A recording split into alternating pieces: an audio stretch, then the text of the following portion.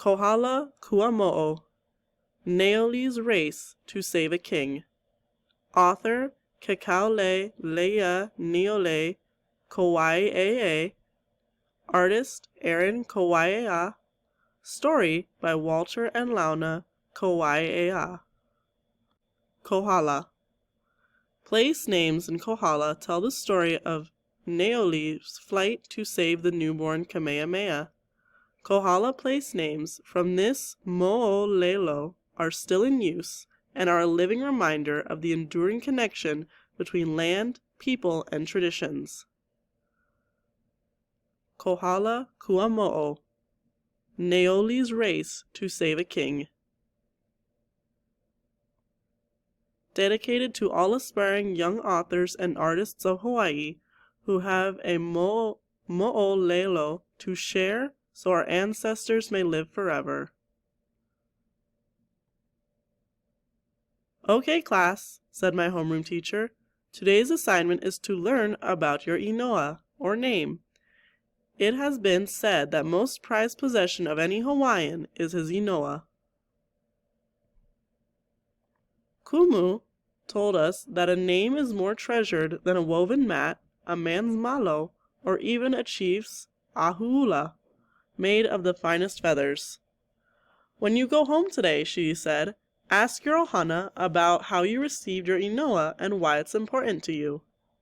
Just then the bell rang. Remember, your homework is due tomorrow. As I stepped through the doorway at home, Grandpa was playing his ukulele. I got right to my homework. Can you tell me about my name? I asked. I know Uncle Kay gave it to me, but what does it mean? Is there a story behind it? Aye, there is, said Grandpa. Come sit with me. Let's travel back in time to the days of your great ancestors, Kahaopualani and Chief Nae'ole. Your name, Kekaule Leia Nae'ole, means the flight of Nae'ole, Grandpa said. Nae'ole was the chief of Kohala on Hawaii Island. His name, Nae'ole, means without shortness of breath, and he was known as a great runner. As I listened to this exciting story, I could feel myself being transported back to a historic time and place, to Kapeke, Kokoiki, Kohala, where Kamehameha the Great was born. It was a stormy night in the month of Ikua, during the reign of Alapainui, a chiefess of Hawaii. Kekui'ipawa gave birth to a baby boy. It was foretold by a kahuna that this Kiki would become a warrior king and unite the Hawaiian Islands. Signs accompanied the ali'i's birth: crashing waves, peals of thunder, forked lightning, heavy winds, and torrential rains. A great star with a tail of white fire streaked across the heavens. The powerful Alapainui and other chiefs of Hawaii Island heard of this prophecy and were not pleased. This child could prove their downfall. Death for the newborn would be their only solution. But among other chiefs, another plan was made to save the newborn. Immediately after the birth, Nae'ole, the great chief of the Halawa district, would take the baby and flee into the hills. He would then deliver the babe safely to Kahaopualani, his half-sister and first cousin to Chiefess Kekui'ipoiwa. So on that stormy night, Kamehameha was born. Nae'ole took the newborn, wrapped in soft kapa cloth, and began to race to save a king. Nae'ole's destination was Aiwini. Running with the careful speed, he crossed rugged trails, dense forests, swollen rivers, and steep valleys. To avoid being captured by Alapai's men, Nae'ole hid in caves and received help from people in different villages along the way. As Nae'ole began the trek, he reached Pu'u Mauna Kea, a small hill near Mo'okini. Heuia. He hid there until it was safe and then continued to the first village, Houia, which means to arrive.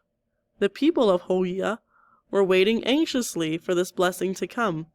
They provided Nae'ole with safe shelter for a brief moment and then sent him and the babe on their way. Nae'ole's next stop was Hawaii, a village name meaning to suffer a famine. Because there was no wet nurse, the infant began to cry from hunger. Back at Kokoiki, a worried mother, Chiefess Kekue'ipawa, waited news of her newborn son. By this time, Alapai's warriors discovered that the baby had been taken. They gathered their forces, searched the surrounding area, and arrived at Hawaii only to find that Nae'ole and the child were already gone. The raging storm made their search nearly impossible.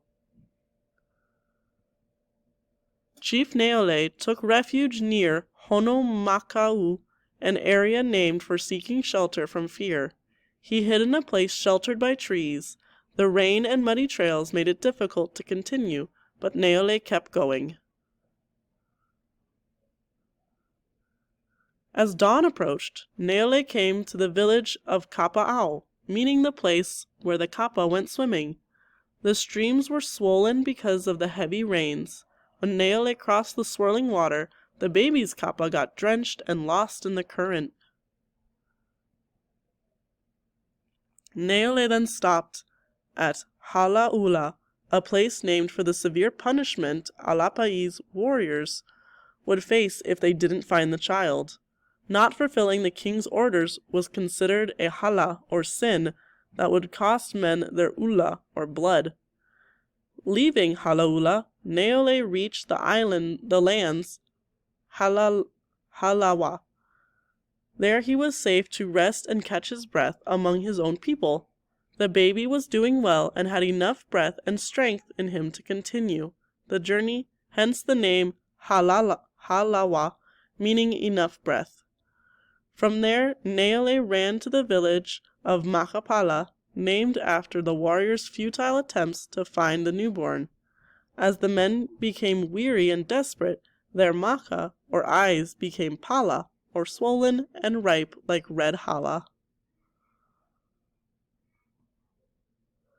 Nae'ole kept running until he reached Pololu Valley. Awini was still in the distance. He checked to see if Alapai's men were near. The trek down into the valley was dangerous, but the tireless Nae'ole had vowed to complete this important mission, so he ran toward his final destination. After traveling day and night through miles of rugged mountains and deep valleys, Nae'ole and the baby Kamehameha finally reached Aiwini. Nae'ole's half-sister, Kaha'upulani, was waiting for them. She quickly nursed and hid the newborn. As the baby slept, Alapai's warriors arrived and saw Kaha'upulani with her own baby girl. Dejected, the warriors left. The race to save the king was over. Nae'ole had fulfilled his kuleana. The infant Kamehameha was safe.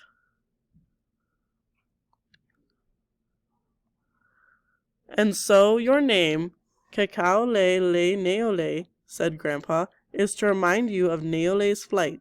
If not for the courage and devotion of your Kohala ancestors, the life of Kamehameha the Great would have ended at birth. Mahalo, Grandpa.